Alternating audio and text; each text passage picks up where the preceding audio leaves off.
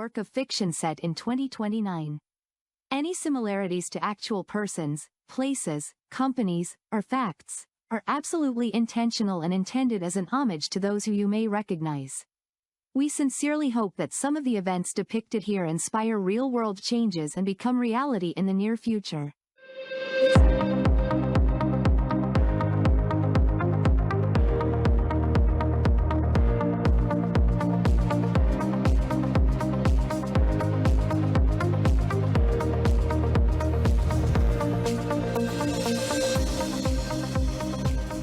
Welcome, bienvenue, marhaba bikoum. Today is Monday, December 10, 2029. You are watching the Africa Finance Report. I'm your host, Eric Mboua.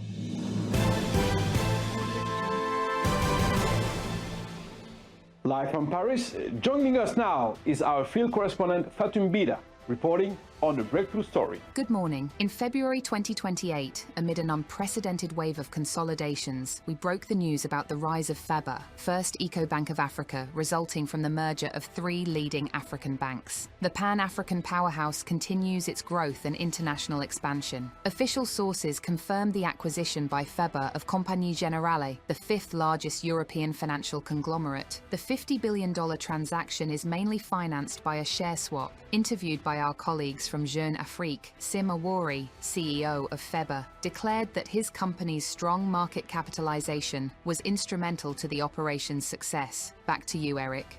Thank you, Fatou. You heard it here first, ladies and gentlemen. The African Titan is taking the European banking sector by storm.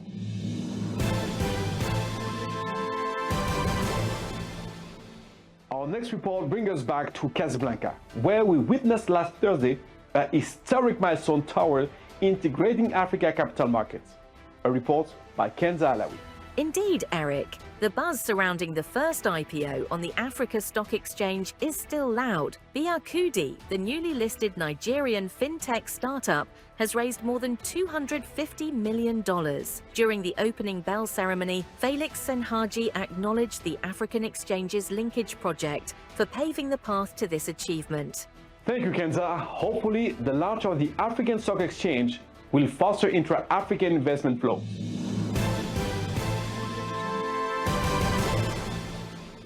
Africa's financial inclusion has been saluted during the World Bank's annual meeting last October in Addis Ababa. Our deep dive segment sheds light on the progress made by the host country. A report by Tesfaye Bikila. Ethiopia recently joined the ranks of 20 African nations that have reached 100% financial inclusion. Central Bank Governor Mamo Miretu credits the widespread adoption of digital tools and improvement of financial literacy, thanks to public and private initiatives that have facilitated the development of innovative banking and insurance products tailored to the informal workforce, an achievement given that only 50% of the population had access to financial services just 5 years ago. Today's reports showcase how mobilizing Africa's financial power is key to unlocking the continent's potential. AFIS 2029, starting in Casablanca, is a renewed opportunity to get momentum. Thank you for joining us, and see you next week as we bring you more stories of African financial trailblazers. Goodbye and good day.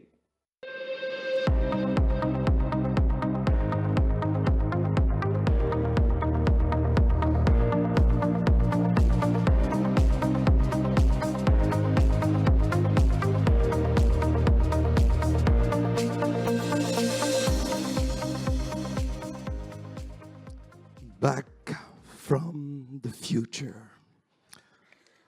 J'étais en 2029 pour présenter la 8e édition de l'Africa. In 2019, I was here to present the first edition. This had effect on my voice. I'm sorry. That's why I asked you to please applaud my vocal aide, Nicholas Norbrook.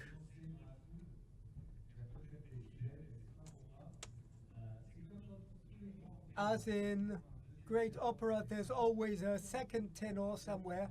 If we find a third one, we will sing. Yes, maybe. In this future TV journal, Eric will present reports on success stories. It's not an utopia, no. This fiction will depend on the intensity of our exchanges and the audacity of our proposals and the consistency of our cooperations during those 2 days. Together, we will push the imagination of this African financial ecosystem further to make it reality and a planet-wide success. This future is at hand.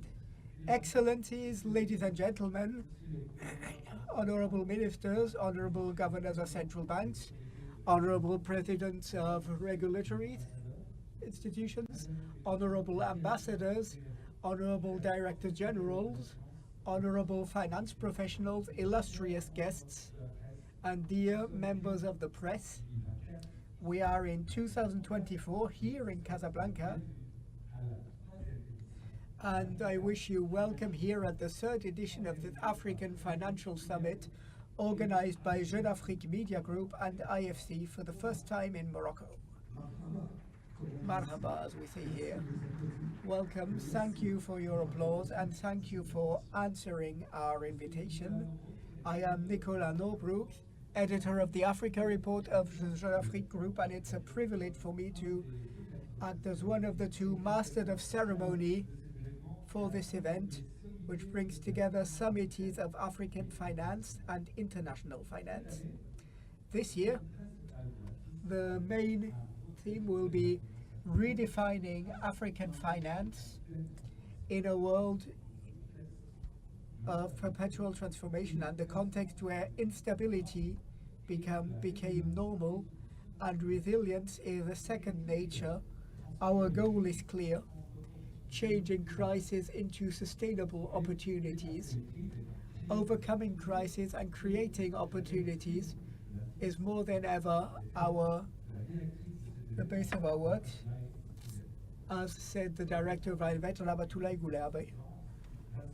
This unique platform brings together public deciders, central bank governors, financial operators, and fintech champions to think together on the required strategies to boost growth of financial industries on our continent.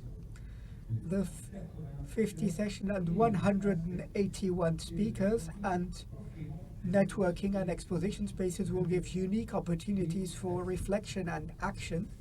Who knows, maybe the fictitious elements of this telejournal will be born of the fruitful discussion that will start here. From Molière to Shakespeare for 1 second. It's a real pleasure to see so many familiar faces in the audience. It's really this community that is going to help us deliver.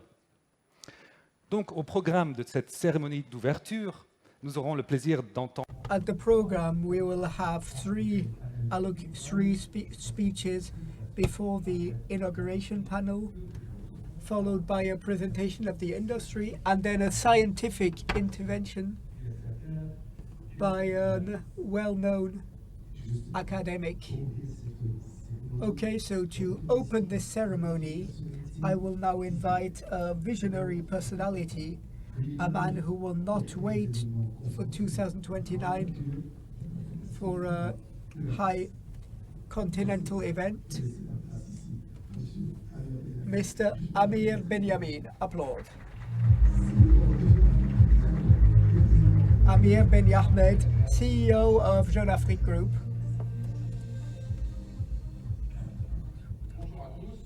Welcome, everyone.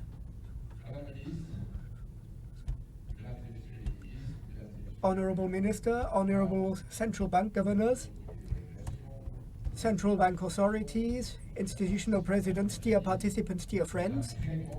It's a major privilege to welcome you here all for this edition of Africa Financial Summit. It's a pleasure to welcome you here in Morocco. I first wish to thank the Finance Minister who helped us to organize this conference and welcome us here to Casablanca.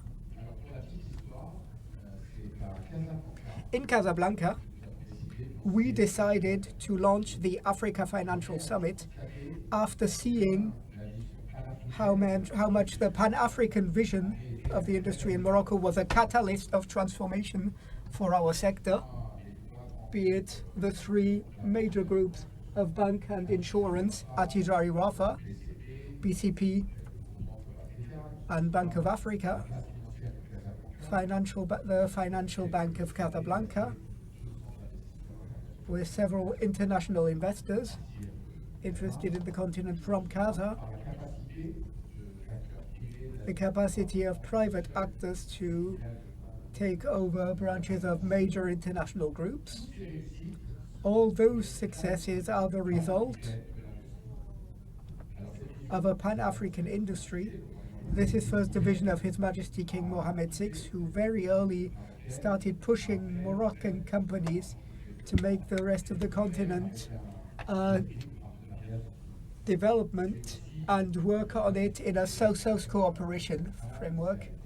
It's also the vision of our regulators, the central bank, the regulatory authorities, who encourage private initiative outside our borders and look that it would happen in a harmonious way. The result is incontestable. In less than 20 years, Morocco became one of the pillars of the Pan-African scene in finance. At a time where we are all thinking about growth model for this economic sovereignty, Morocco's performance in this field are a model and deserve to be greeted. The Pan-African vision of the industry is the DNA of the African Financial Summit. We created this conference with three strong convictions. First, Africa needs to conquer its economic sovereignty. Second, the most important industry is financial industry, financing the growth of the government of the continent, the private sector, infrastructures, a lever of financial inclusion. And so this financial industry, if we wish to develop it, it needs to go through a Pan-African vision to reach to this true, real Africa of financial services, which we wish to build together with much ambition and the firm will to abolish financial borders on our continent. Of course, there are obstacles, regulatory obstacles. That's why we created the African Financial Summit and structured it as a public-private dialogue platform. There are around 30 public deciders, central bank government, who are here today. The first edition, 2022, they all answered present for dialogue with banks, with insurers, fintechs. We also have psychological obstacles to overcome nationalism. In this opening movie, imagining a major African group of banking or insurance going to conquer internationally with African, Nigerian, Moroccan, Ivorian, Kenyan capital. So this Pan-African vision we wish to develop, and the African Financial Summit will be there to overcome obstacles and favor meetings. And if I judge at the level of participation, we started the African Financial Summit, we were 500, now we are over 1,000. I see there are many people still standing. This is a shared goal, but also an incarnated goal. Every year some of you are illustrating themselves by their will of developing a Pan-African vision of their group. Some of them illustrated themselves in 2024 since the last edition of the African Financial Summit, starting with my friend Akibokwede, the CEO of the Nigerian bank group Access and Coronation, a group that in the 12 last months acquired the Afrasia Group, a Pan-African East African group. It also acquired 4 or 5 startup charter subsidies. So it's one of the illustrations of the success of our Pan-African actors. Another actor of the sector is Mr. Idrissa Dassa, who is with us today, and in less than 10 years built a powerful regional group, and also just acquired certain subsidies of Société Générale and Standard Charter.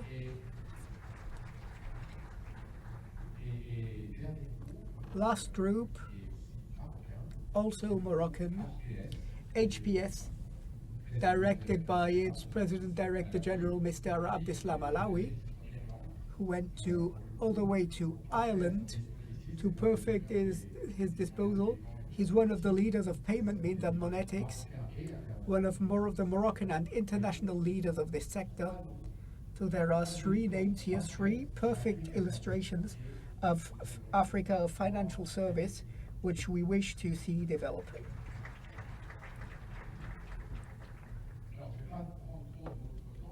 I won't take too much time. We structured a quite heavy program, quite intense.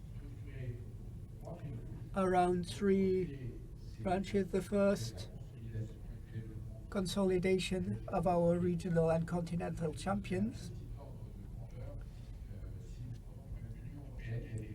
The European Union was one of the main actors. We should have us go for our group to double their results to reach the level of the European markets. This is one of the goals we wish to reach. Second, facilitating intra-African trade through payment interoperability.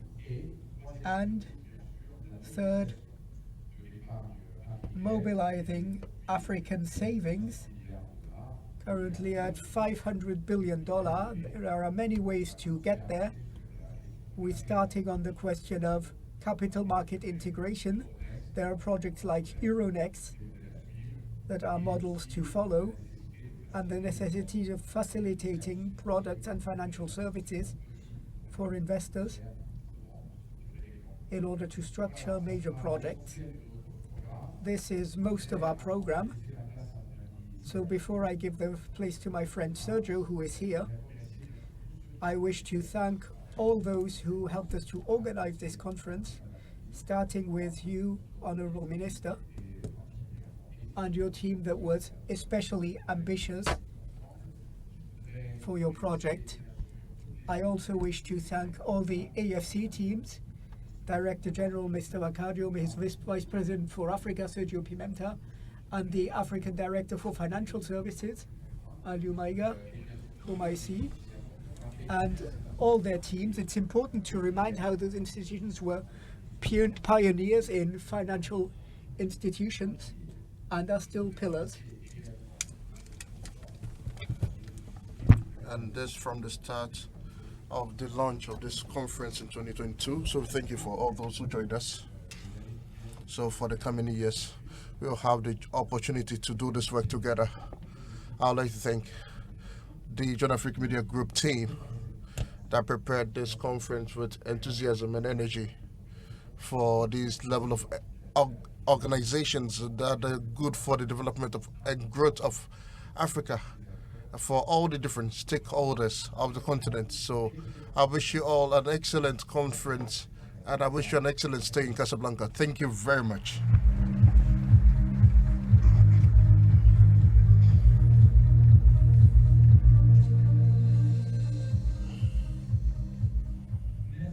Thank you, Mr. for this wonderful precision for this session. Eric is coming back. He's just trying to repair the machine. He had a few issues, so we heard about the importance of partnerships that allowed for the success of this.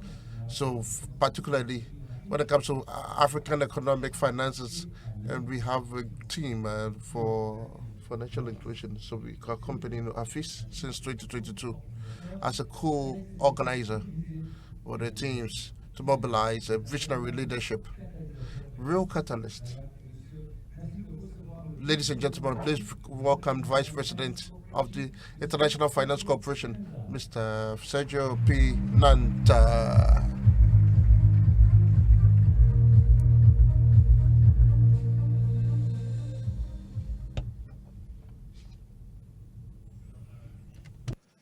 Excellency, Honorable Minister, ladies and gentlemen, ministers, governors of Central Bank, dear President, directors of these financial institutions, dear friends, and also friends and family of the Jeune Afrique Media Group, ladies and gentlemen, good morning.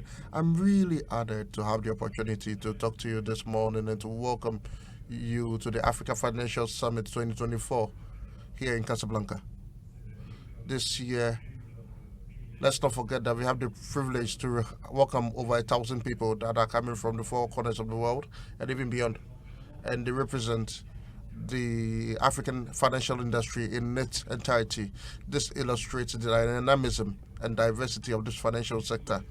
And I'm really delighted to see the amplitude that this event takes each year. It's becoming one of the highlights of the African economy for financial services.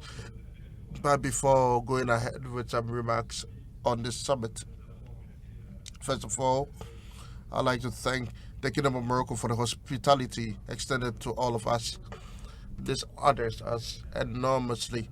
And 1 year afterwards, after we held our annual assembly of the IMF in Marrakesh, and this demonstrates the role that Morocco plays with regards to African economy and global economy, and particularly Casablanca plays a role as an important venue for financial issues in Africa, not only for Morocco, but for the entire African continent. So we are really honored and delighted.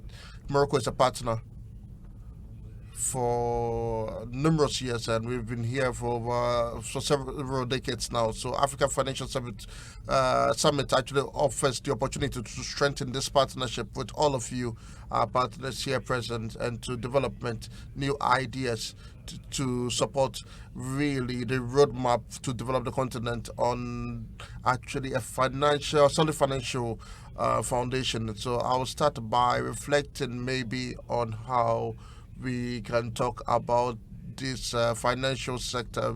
Are we optimistic, or are we part of those that are pessimists? The pessimists or alarmists have some arguments that be with regards to high interest rates or volatility of commercial exchanges, and also amongst other problems. But equally, the issue that the pessimists actually talk, I would like to let them know that investment capital in Africa has actually gotten to the lowest over the last 5 years, and it's quite alarming. And at the same time, let's take a look at what we see with the optimists. They see the opportunity that digitalization brings, innovation, emergence of new stakeholders. So the African champions that are becoming more and more active and more efficient in the continent. And I would like to also see, so with regards to the optimists, we can see that investment in Africa is still robust and is actually getting to the historic levels of 2021, even if it's still a bit lower, in spite of the different difficulties. Of course, the optimists will actually see opportunities for regional integration. Of course, 2029, between now and then, we'll do some work, but that will actually tell us which direction we will actually be going. So I do not know in the room if we are actually part of the optimists or the pessimists. I can tell you that from our perspective, we are optimists because we actually believe in the resilience of the continent and the capacity to innovate, and we believe firmly in all of your capacities, each and every one of you here, to transform the continent and actually take it to the level it needs to be.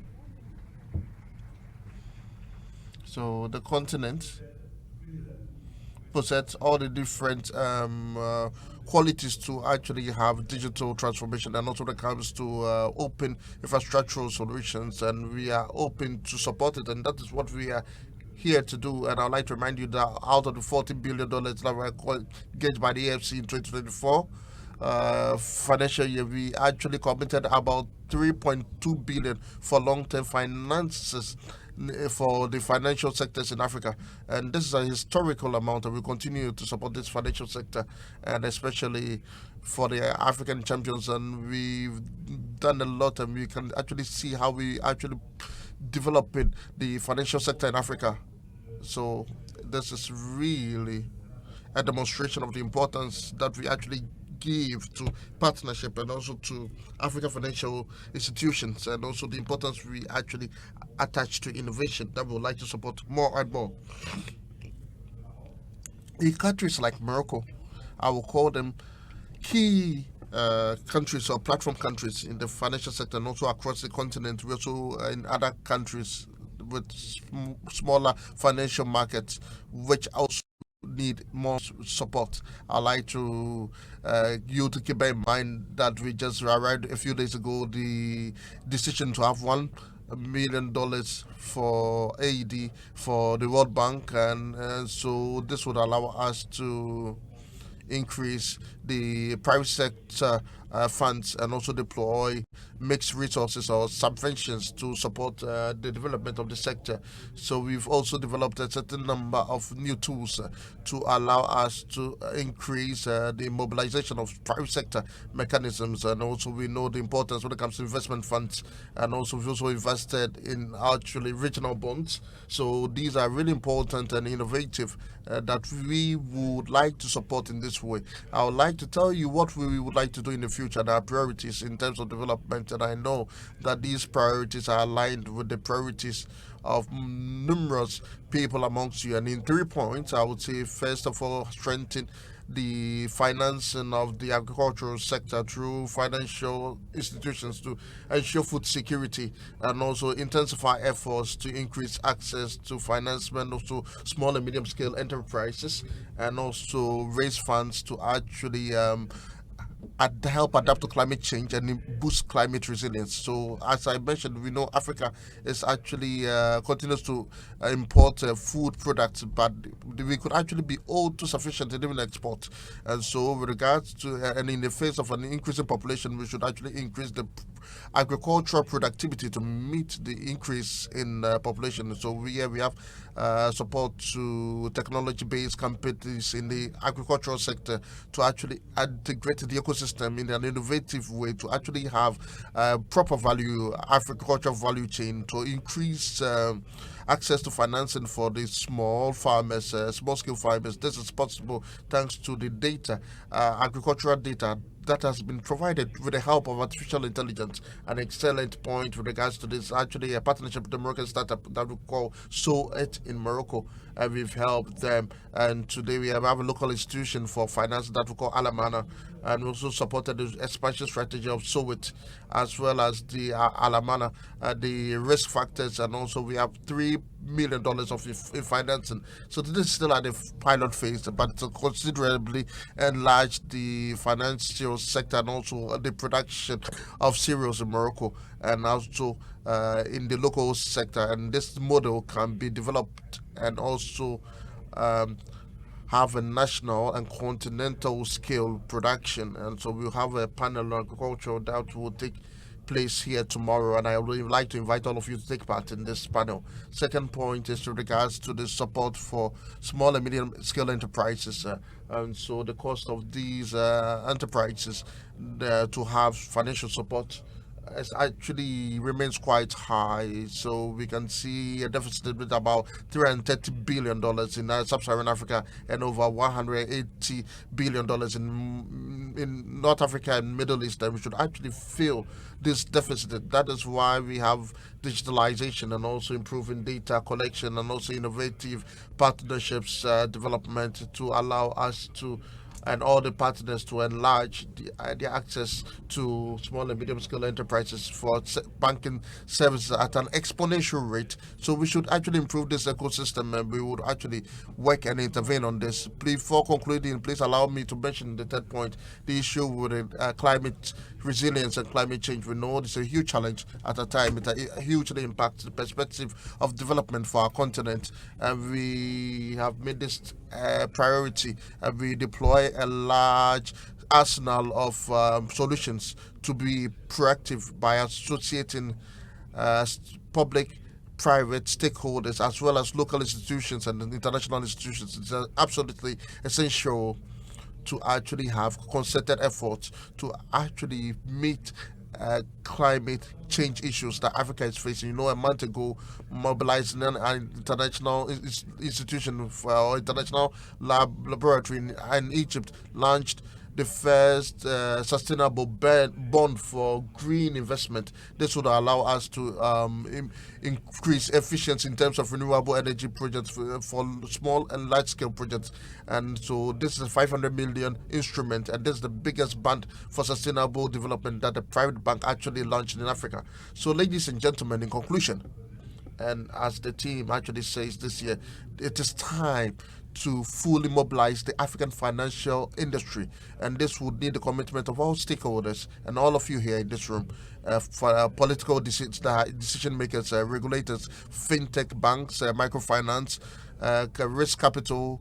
And I believe that I've not forgotten any of you, that you're all here in your different qualities. We're going to work with you, and we will encourage you strongly to take part actively in the different sessions that AFIS is offering to share your ideas, experiences, and expertise, and exchange on your initiatives and also innovative programs to actually build a sustainable financial ecosystem that we all hope for. So over the next 2 days, this is an opportunity for us to listen to our clients, partners, and to listen to all of you, and also prepare our program for the future. That is what we would like to deploy in Africa. We would like to know your priorities. We would like to know your worries, your preoccupations, your expectations, so that we can find solutions together. So I'm really delighted for this day. I thank you very much for your attention, and I wish you excellent deliberations for AFIS 2024. Thank you.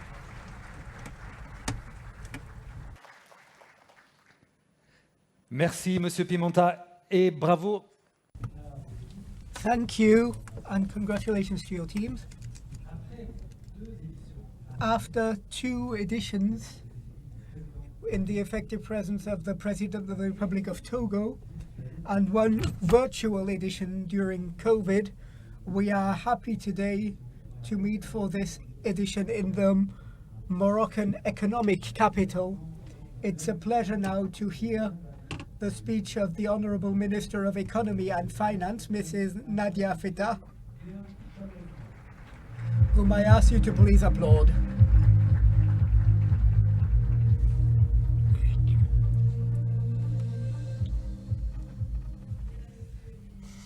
Ladies and gentlemen, Honourable Ministers, Honourable Governors of Central Banks, Honourable Presidents of Regulation Authorities, Excellencies, ladies and gentlemen, Ambassadors, Honourable Presidents, CEOs of financial institutions, dear guests, dear friends, dear Sérgio, welcome to Casablanca, where history and future of Africa meet for this edition of the Africa Financial Summit 2024, this dynamic metropolis, a historical crossroads between Africa, Europe, and the Arab world, has always been a place of meeting and strategic decision making for our continent. Allow me first to give homage to His Majesty the King Morocco VI. May God assist him. His Pan-African vision inspires all actions undertaken in our kingdom. Under the leadership of His Majesty the King, may God assist him, Morocco doesn't claim to be at the center of Africa, but at the heart of all its citizens, sharing a common ambition, building a prosperous and sustainable continent. In this context, of course, finance plays an important role. This summit, in presence of over 1,000 participants from all around Africa and the world, testifies of this collective dynamic and our deep commitment to a better future for our continent. Your presence and your commitment reflects the spirit of AFIS, transforming our financial institutions to better serve our population's aspirations. To reach those goals, we need to think like composite materials that are both supple and fluid, supple for circulation of financial and human flows, solidity to build robust and resilient bases facing economic and geopolitical challenges. In this spirit, I wish to mention quickly three fundamental issues: fluidity for capitals, solidity, the foundings of our financial system, regulation, governments, and macroeconomic resilience, and finally, liberating energies through mobilizing innovative finances for the crucial needs of social inclusion and economic and ecological transition. Those issues go together to define a coherent vision of Africa's financial future, where finance is a powerful ally to sustainable development. Ladies and gentlemen, in the worldwide economic framework, capital fluidity is the socle innovation, growth, and prosperity are based on. The needs of finance for infrastructure, economical transition, and social inclusion are over $120 billion until 2030. Efficient capital circulation is a strategic necessity, but still our continent is facing structural, regulatory, and technological obstacles. Africa, with its 54 countries, with various regulations and currency, remains a fragmented economic space which complicates free circulation of capitals, despite promising initiatives like the Pan-African Payment Assessment System conceived to facilitate transborder payments. About 80% of intra-African transactions still go through foreign currencies, adding costs and delays. Also, the prohibitive cost of money transfer, sending $200 costs on average 8% against 6% at a worldwide. This reduces the impact of the diaspora remittances that represent over $95 billion in 2022. Several solutions are emerging.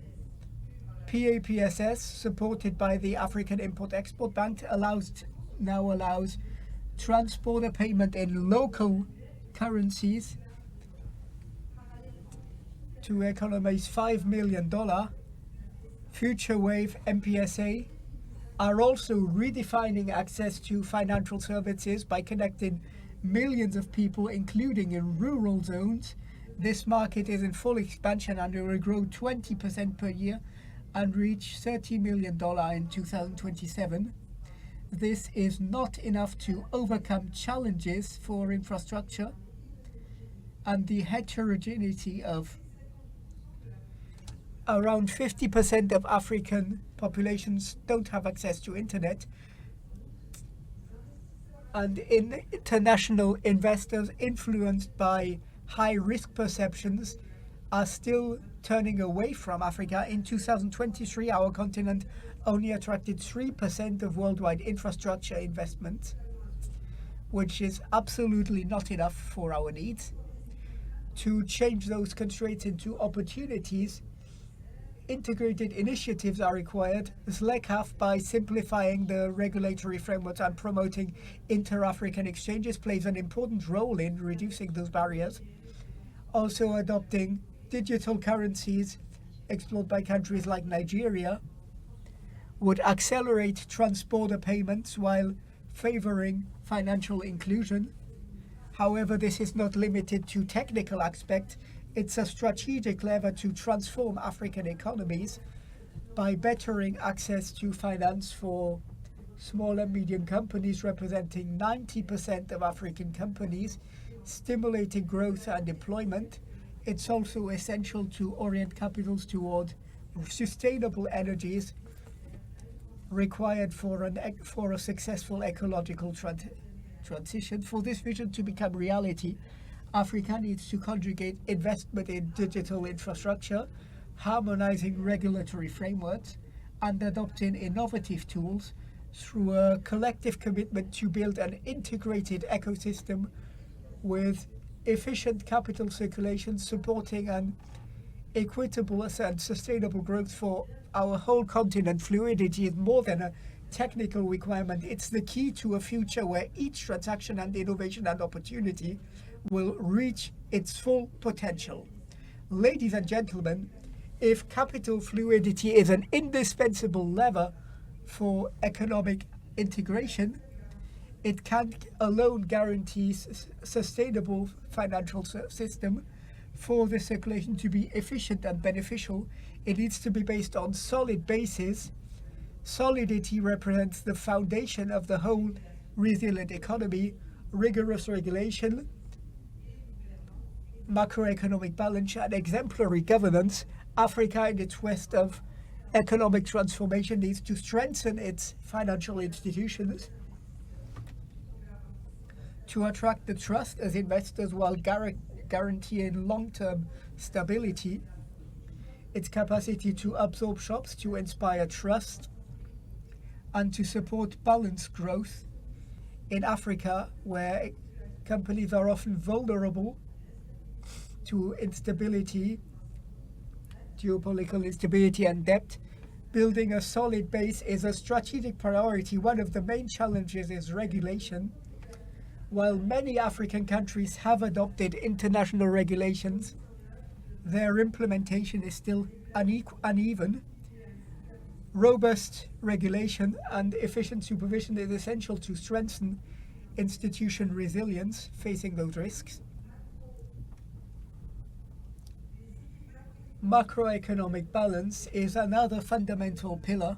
In 2023, the Service of Public Debt in Africa reached $163 million, which limits government capacity to invest in strategic sectors like infrastructure, education, and health. A key solution is the betterment of mobilization of domestic sources, with a fiscal receipt ratio of 16% against a worldwide average of 22%, a considerable potential to exploit.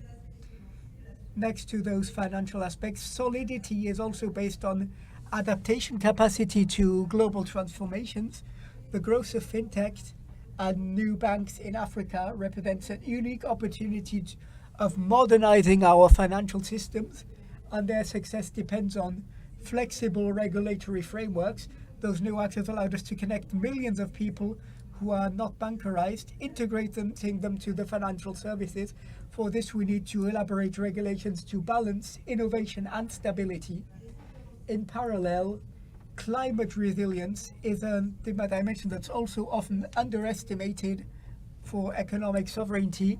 With a gross of 75% of climate catastrophes in Africa between 1994 and 2023, we need efficient climate risk mitigation, including green energy, which, while it represents $580 million in 2023, only $2 billion in Africa. Strengthening the framework for green infrastructure, African countries can both protect their economies and attract investors that want sustainability. Finally, sustainability is also built through regional cooperation. Initiatives like the African Financial Solidarity Fund, promoting collective guarantees to reduce risks linked to investments, show the importance of regional integration. This cooperation allows us to mutualize resources and strengthen the credibility of financial institutions and share risks in the continent.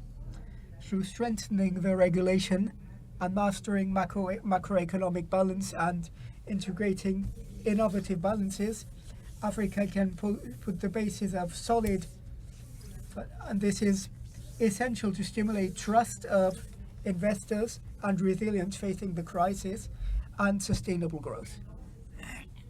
Stability is only a departure point to transform future potentials in dynamics. It's imperative to free energies in the populations, the institutions, and innovations. Ladies and gentlemen, To transform those challenges into opportunities, Africa needs to free those latent energies, human, financial, or institutional. This is essential to meet the growing finance need, support economic transition, and build an inclusive social state. Massive resources mobilization and economic inclusions are levers for this potential. Major African project is a central challenge. Africa needs a finance deficit of $100 million and $150 million for climate change needs, according to the African Development Bank. Despite this, adapted financial institutions like green obligations are underused. In 2023, as I said, they represented only $2 billion in Africa. To attract further capital, we need to strengthen transparency and security. Green obligations and social obligations by countries like Morocco and Egypt, as Sérgio said, shows the way.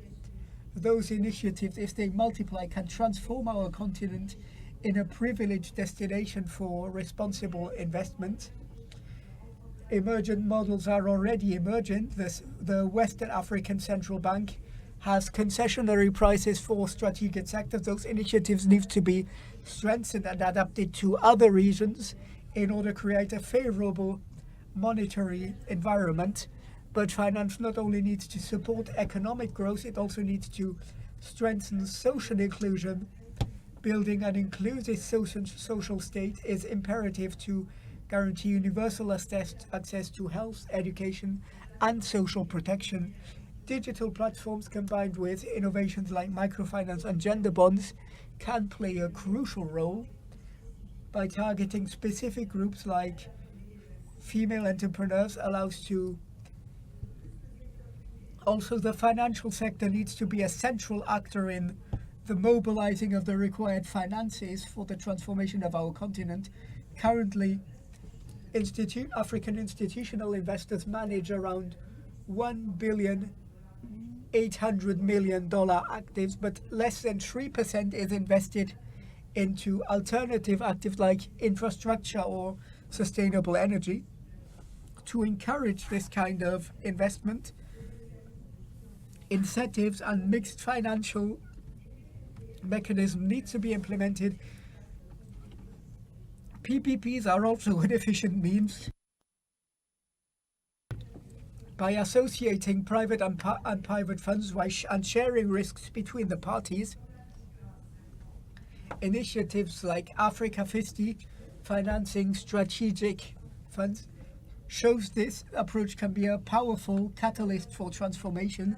Finally, liberating energy goes through investment in human capital. 60% of the African population is less than 25 years old. The continent has a unique reservoir of talents, which is still largely underexploited. To maximize this impact, it's essential to reduce obstacles to the formalization of companies and enlarge access to training and economic opportunities. Africa also needs to work on internationalization of its talents, working with the diasporas and developing trans-border expertise networks. Ladies and gentlemen, freeing African energies is based on a collective effort. Governments, financial institutions, the private sector all need to collaborate to maximize the impact of available resources, not only leveraging funds, but building a system for more innovation, better human capacities, and sustainable growth. Africa has everything to be successful: a unique demographic potential, abundant natural resources, and ever-growing innovation capacity. If we truly free our energy, we can become a worldwide economic power and offer a better future to our citizens. Those ambitions are high, but they are unavoidable for a continent that is resolutely turned towards the future. And the Kingdom of Morocco, under the enlightened leadership of His Majesty the King Morocco, may God assist him, is ready to support you to make this dream a reality. Thank you for your attention. Merci, Madame la Ministre. Je vais vous garder et vous installer avec nous pour la suite du programme. Je vous permets. Thank you. Please stay for the rest of the program. Applause, please.